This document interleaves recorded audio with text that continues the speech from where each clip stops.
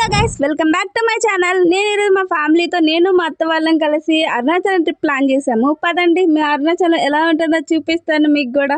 మాకైతే 10 o'clock ఉంది train. So అందరం కలిసి రైల్వే స్టేషన్ కి వచ్చేసాము. నేనైతే అందరి టికెట్స్ ముందే రిజర్వేషన్ చేసి పెట్టేశాను. బట్ మాకేమో ఒక్కొక్కరికి ఒక్కొక్క కంపార్ట్మెంట్ లో సీట్ ఇచ్చారు. సో ఈ లోపల ట్రైన్ వచ్చేసింది. ట్రైన్ ఎక్కేసాం. బట్ మేమేమో అందరం ఒకటే దగ్గర కూర్చున్నాము. బట్ మా అత్త వాళ్ళు మా అమ్మ వాళ్ళు చాలా తెలివిగా సీట్స్ చేంజ్ చేసుకున్నారు. ఫైనల్ గా అందరం ఒకే కంపార్ట్మెంట్ లో కూర్చున్నాం. అందరం చాలా హ్యాపీగా ఉన్న అరుణాచలం వెళ్తున్నాం అని చెప్పి. మా అత్త కూతురు అయితే ఇలా రైల్వే స్టేషన్ లో వెళ్తున్నా సరే చాలా హ్యాపీగా ఉంది. మేము ఇలా ట్రైన్ లో వెళ్తూ ఉంటే ఏదో చిన్న గ్లిచ్ వచ్చి ట్రైన్ కొంచెం ఆపారు. మేమైతే కొన్ని వేరుశెనక్కలు కొనుక్కున్నాము. ఈ కోత అయితే చాలా బుద్ధిగా అన్ని మంచిగా ఏరుకొని మరి తినేస్తుంది. నేను మా చెల్లి వాటికి ఒక్కొక్కటిగా ఇస్తూ ఉన్నాము. అదైతే ఎంత చక్కగా తినేస్తుంది. ఇంకా పెట్టండి అన్నట్టు. చూడండి మీరు ఎంత బాగా తింటుందో. అదైతే మేము కూడా తినలేదు ఆ వేరుశెనక్కాయలు. ఇదే మొత్తం తినేసేసింది. సర్లే చాలా ఆకలితో ఉన్నట్టుందని చెప్పి నా దగ్గర ఉన్న వేరుశెనక్కాయలు అలాగే మా చెల్లి దగ్గర ఉన్న వేరుశెనక్కలు కూడా తీసుకొని దానికి వేసేసాను మొత్తం. ఇంకా ట్రైన్ స్టార్ట్ చేసేసారు. నేనైతే అక్కడికి బాయ్ బాయ్ చెప్పేశాను. ఎంత బాయ్ చెప్పినా కూడా అది మాత్రం నా మొహం కూడా చూడలేదు అనుకోండి. ఈలోగా ఆఫ్టర్నూన్ అయిపోయింది. మాకైతే చాలా ఆకలేసింది. సో మా అమ్మ పులిహోర అలాగే కర్డ్ రైస్ తీసుకొని వచ్చింది. బయట ఫుడ్ తినడం కంటే ఇంట్లో ఫుడ్ తినాలి ఇలా ట్రైన్ జర్నీలో అని చెప్పి. ఇంకా అందరం లంచ్ చేసేసినాక మనం ఫోటోషూట్ చేయాలి కదా. నేను మా ఫ్యామిలీ మొత్తం లంచ్ చేసేసాము. ఇలాంటి ట్రైన్ జర్నీలో మీరు కూడా ఇంటి దగ్గర ఫుడ్ ప్రిఫర్ చేయండి. ఎందుకంటే ఈ ట్రైన్లో ఫుడ్ అంతగా మంచిగా ఉండదు కాబట్టి. సో అందుకే మేము కూడా ఇంటి దగ్గర ఫుడ్ ప్రిఫర్ చేసాము.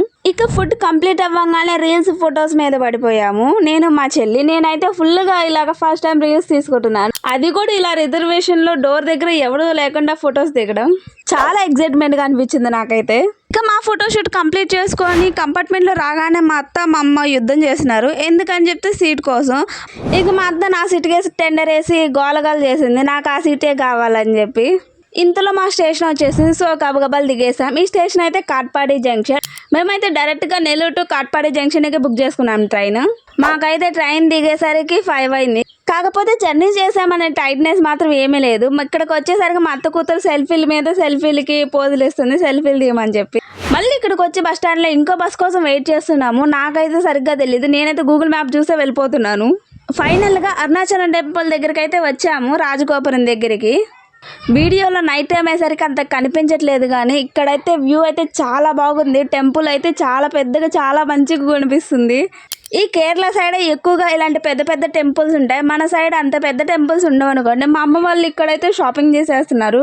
అలాగే టెంకాయలు పూజ సామాన్లు కొంటూ ఉన్నారు.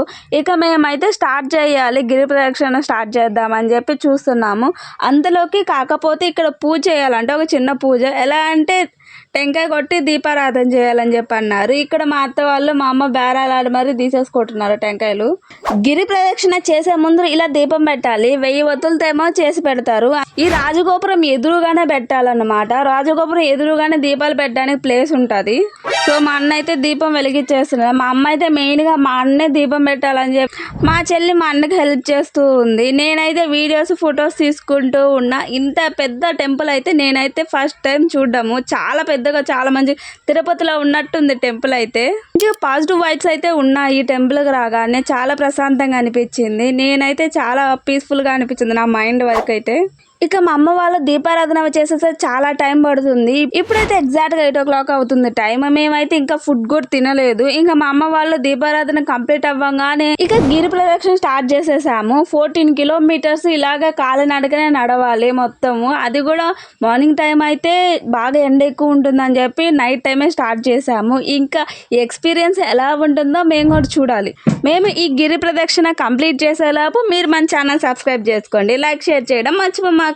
అలా కొంచెం దూరం వెళ్ళంగానే అగ్నిలింగం కనిపించింది. ఇంకా మేమందరం కలిసి అగ్నిలింగం దగ్గరికి వెళ్ళిపోయాము. మాతో కలిసి ఇంకా 2 మాకు జత కలిసారు. ఎందుకంటే మన తెలుగు వాళ్ళు ఎక్కడుంటే అందరిని అక్కడ కలిపేసుకుంటారు కదా. సో మా అమ్మ వాళ్ళు కూడా ఆడ కలిపించిన వాళ్ళందరినీ కలిపేసుకుంటూ వెళ్ళారు. ఈ అగ్నిలింగం దగ్గర దీపం పెట్టి ఇంకా బయటకు వచ్చేసాము. ఇక్కడ బయటకు రాగానే ఒక అఘోరి అయితే మా అత్త కూతురు ఫుల్గా విభూది పూసేశారు. ఆ పిల్ల అయితే తొడుచుకుంటా పాపం ఏడుస్తూ ఉంది. చూడు నాకు ఎలా పూసారు అని చెప్పి. చూడండి ఎలా బాధపడుతుందో పాపం మా అత్త కూతురు. ఈ 14 kilometers తిరిగా గిరి ప్రదక్షిణ అయితే ఈ కొండ చుట్టూరా అన్నమాట. ఇదే మ్యాప్. ఇక్కడ నుంచి చూసుకొని వెళ్ళొచ్చు మనం ఎక్కడికైనా సరే. టోటల్గా 14 కిలోమీటర్స్. ఎక్కడ ఏ ఏ లింగం ఉందో, అగ్నిలింగం, వాయులింగం, అలాగే అన్ని లింగాల లిస్ట్ ఇక్కడ ఉంటుంది. మనం ఎక్కడెక్కడ ఆగి ఎక్కడెక్కడ చూడాలో అన్నీ చూడొచ్చు. మేము అలా కొంచెం దూరం వెళ్ళంగానే ఇక్కడ జింకలు కనిపించాయి. చాలా క్యూట్ అనిపించాయి జింకలు అయితే. నైట్ టైం కూడా మా కోసం వచ్చాయేమో అనిపించింది జింకలు చూడంగానే. మా దగ్గర కొన్ని ఫ్రూట్స్ తెచ్చుకొని ఉంటే అవి జింకలకే పెట్టేశాము. ఎందుకంటే ఇంత నైట్ టైంలో మా కోసం ఇవి వచ్చాయి అనిపించింది చూడంగానే.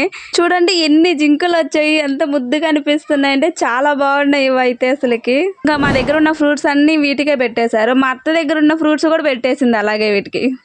మా అత్త అయితే ఎక్కడికి అరుస్తాయని వాటికి కూడా భయపడుతుంది. ప్రతి దానికి మా అత్త అయితే చాలా భయపడుద్ది. సో వీటికి బాయ్ బాయ్ చెప్పేసాము. మళ్ళీ ఇక్కడ ఒక బోర్డు కనిపించింది. అంటే మనం ఎంత దూరం వెళ్ళామో అని చెక్ చేసుకోవడానికి ఇలాంటి బోర్డ్స్ పెడతారు. ఇంకా మేము వెళ్ళాల్సిన కిలోమీటర్స్ చాలా ఉన్నాయి. సో ఇంత దూరం నడిచేసరికి నాకు మా అత్తకి చాలా కాళ్ళ నొప్పి వచ్చాయి. మా అత్త ఏమో ఒక మిషన్ కనిపించింది. ఇక్కడ కాళ్ళ నొప్పులకి మసాజ్ చేసేది పెట్టిస్తారా అత్త అంటే, అది నువ్వు పెట్టించుకుంటా నేను కూడా పెట్టించుకుంటానని మా అత్త కాల్ చేసింది. 30 రూపీస్కే ఈ మిషన్ పెట్టారు. చాలా వర్త్ అనిపించింది. కానీ కాళ్ళు అయితే చాలా రిలీఫ్ గా అనిపించాయి అది మసాజ్ చేయంగానే. మేము ఇంకా అక్కడి నుంచి స్టార్ట్ అయిపోయి గురు ఆలయం దగ్గరకు వచ్చాము. ఇక్కడైతే మనకి రుద్రాక్ష ఫ్రీగా ఇస్తారు. మీరైతే కంపల్సరీ తీసుకోండి. కానీ ఇక్కడ ఒక మోసం కూడా జరుగుతుంది. అది మీకైతే నేను ఎక్స్ప్లెయిన్ చేస్తాను, మీరే చూడండి ఒకసారి వెళ్ళినప్పుడు. ఏంటంటే మనకి రుద్రాక్ష ఫ్రీగానే ఇస్తారు, కానీ దాంట్లో దారం మాత్రం 10 రూపీస్ కట్టాలి. ఆ 10 రూపీస్ కడితేనే ఆ పంతులు మనల్ని ఆశీర్వదిస్తాడు, మంచి బ్లెస్సింగ్స్ ఇస్తారు. ఆ 10 రూపీస్ కట్టకపోతే ఏ బ్లెస్సింగ్స్ ఇవ్వరు, కనీసం ఒక మనల్ని మనిషిలాగా కూడా చూడరు.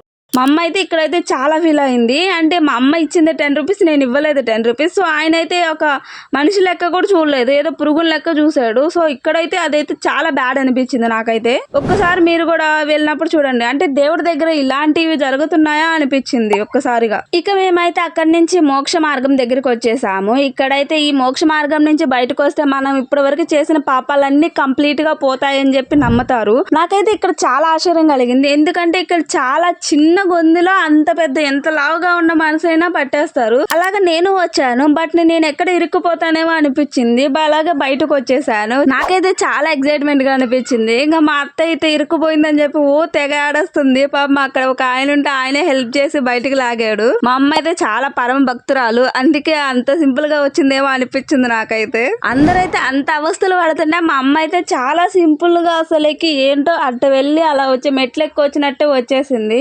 ఇంకా ఈ మోక్ష మార్గం నుంచి బయటకు వచ్చేసాము. మళ్ళీ ఇక్కడి నుంచి వచ్చినాక మళ్ళీ ఎలాగో పాపాలు చేస్తామనుకోండి, అది కామనే. కాకపోతే ఇప్పటి వరకు చేసిన పాపాలన్నీ పోతాయని చెప్పి నమ్ముతారు అందరూ. అలాగే నేను కూడా నమ్ముతాను. మ్యాక్సిమం ఇక్కడి నుంచి ఈ అరుణాచలం వెళ్ళి వచ్చిన వాళ్ళ వరకు చాలా తక్కువ పాపాలు చేయడానికి ప్రయత్నించండి. మేము కూడా అలాగే ప్రయత్నిస్తాను. ఇంకా మా గిరి ప్రదక్షిణ కంప్లీట్ అయ్యేసరికి 7 o'clock అయ్యింది. ఇంకా మేమైతే టెంపుల్ దగ్గరికి వచ్చేసాం, మళ్ళీ రాజగోపురం దగ్గరికేను. గిరి ప్రదక్షిణ కంప్లీట్ అవ్వగానే తర్వాత కూడా దీపం పెట్టాలి. ఇంకా నేను మా అత్త కూతురు ఫుల్ గా రెడీ అయిపోయి బొట్లు పెట్టేసాం అనుకోండి, టెంపుల్ లోపలికి వెళ్దామని చెప్పి. మార్నింగ్ వ్యూ, టెంపుల్ వ్యూ అయితే చాలా బాగుంది, చాలా పీస్ఫుల్ గా అనిపించింది. జనాలు అయితే చాలా మంది వచ్చారు. ఇక్కడైతే మొత్తం 4 గోపురాలు ఉంటాయంట. అంటే ఒక దగ్గర నిలబడితే 4 గోపురాలు ఒకటే దగ్గర కనిపిస్తాయంట. కానీ ఆ ప్లేస్ నాకు ఎక్కడో కనిపించలేదు. సో అలాగే నేను మొత్తం టెంపుల్ మొత్తం తిరిగేస్తూ ఉన్నాను. దానికోసం వెతుక్కుంటూ మొత్తం తిరుగుతూ ఉన్నా. మళ్ళీ ఇంకెప్పుడు వస్తానా అన్నట్టు నేనైతే మొత్తం టెంపుల్ మొత్తం చూసేస్తున్నాను. ఎందుకంటే ఇంత పెద్ద టెంపుల్ చాలా రీల్స్ లో అండ్ వీడియోస్ లో చూడడమే, లైవ్ గా నేను ఇప్పుడే చూడడం అన్నమాట ఈ టెంపుల్ ని. ఈ టెంపుల్ గురించి చాలా విన్నాను యూట్యూబ్ లో, అలాగే బయట గూగుల్లో గానీ. ఫస్ట్ టైం ఇలా చూడడము. నేను కూడా ఒక శివుడు భక్తురాలనే, సో అందుకే ఇలా టెంపుల్స్ కి అలా తిరుగుతూ ఉంటాను. ఇక్కడ నుంచి కొండ వ్యూ గానైతే చాలా బాగుంది చూస్తుంటే. ఒక్కసారి మీరు కూడా చూసేయండి. టెంపుల్ దగ్గర నుంచి కొండ వ్యూ గానీ ఎంత బాగుందో చూడండి. అంటే బ్యాక్ సైడ్ కొండ, ముందర టెంపుల్ అలాగా. ఎర్లీ మార్నింగ్ అయ్యేసరికి ఎండ ఏమీ లేదు, చాలా ప్రశాంతంగా చాలా చల్లగా అనిపించింది. సో అందుకే మొత్తం చూడడానికి చాలా టైం దొరికింది నాకైతే. గత కొన్ని రోజులుగా అయితే నేనైతే చాలా ప్రాబ్లమ్స్ ఫేస్ చేస్తున్నాను. చాలా బ్యాడ్ టైం నడిచింది నాకు కూడా. సో ఈ టెంపుల్కి వచ్చేసరికి కొంచెం మైండ్ కానీ చాలా పీస్ఫుల్గా అనిపించింది. ఇంకా అలాగే లోపలికి వచ్చేసాము.